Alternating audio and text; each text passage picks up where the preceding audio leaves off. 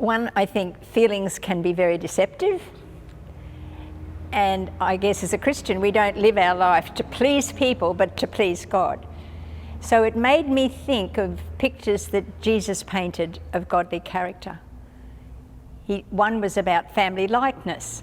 So it's therefore more about God than me. He says when anyone accepts Jesus, when we're joined to his family, and we spend more time getting to know our Abba Daddy as he loves us, as he disciplines us, as he nurtures us, and now as we meditate on his love letters to us, we begin to take on the character of our Abba Daddy, just like his character was lived out perfectly in Jesus. And the other picture I have is when Jesus said to his disciples, I'm the vine, you're the branches, and your purpose is to produce fruit. So he said, a branch needs the vine for its life. It can't bear fruit without having that integral connection to the vine. So when he applied this image to people, he said, and I quoted from the Message, separated from me, you can't produce a thing. So godly character then is all about the vine. If you make yourself at home with me and my words are at home in you, you can be sure that whatever you ask will be listened to and acted upon. This is how my Father shows who he is when you're producing fruit. So it's not me producing the fruit, it's the vine and the fruit that's important, and I'm like the branch, the conduit in between. So seeing that godly character in a person is all about Jesus living in a person in an intimate, life-giving relation to reveal Father's heart of love to other people so that they can be blessed, I can, in inverted commas, feel I'm being who God's chosen me to be, and to him be all the glory. I certainly don't want people to think that they've got to be like me. That was one feeling I had. God's character is so big. It's expressed in a body. So there's people with different personalities, different gifts, who will express God's character differently from the way I express God's character. And so I want to know that all of us, when we're on a journey with Jesus, we are all expressing godly character and giving God the glory. God has been so gracious to me.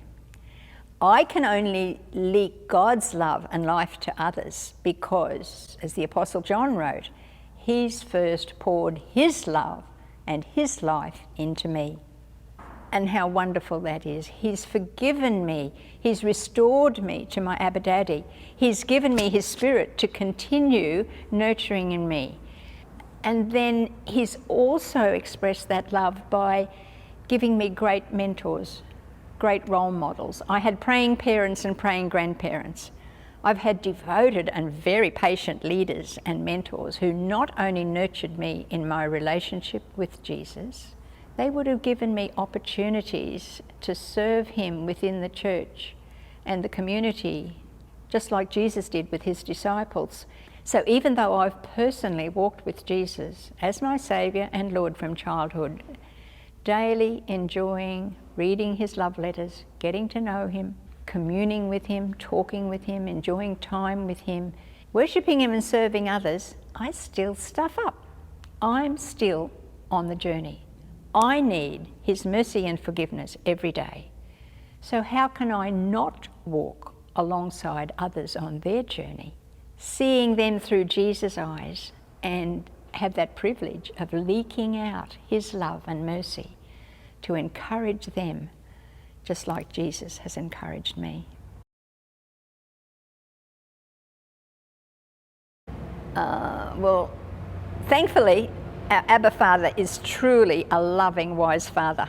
He doesn't bombard us all at once with all that he sees needs refining or pruning back. But what I'm conscious of, I guess, is better listening skills, refining a heart habit of being a bit too quick to speak and respond to someone who's talking. And I would like to do better applying one of Jesus' techniques in communication. And that is, when people asked Jesus a question, he very often responded with another question. And I can see that that enables people often to discover their own answers, or it offers clarification to the discussion, and which I would need to know. And the third thing is perhaps to be more passionate in sharing the good news of Jesus with those who don't yet know him.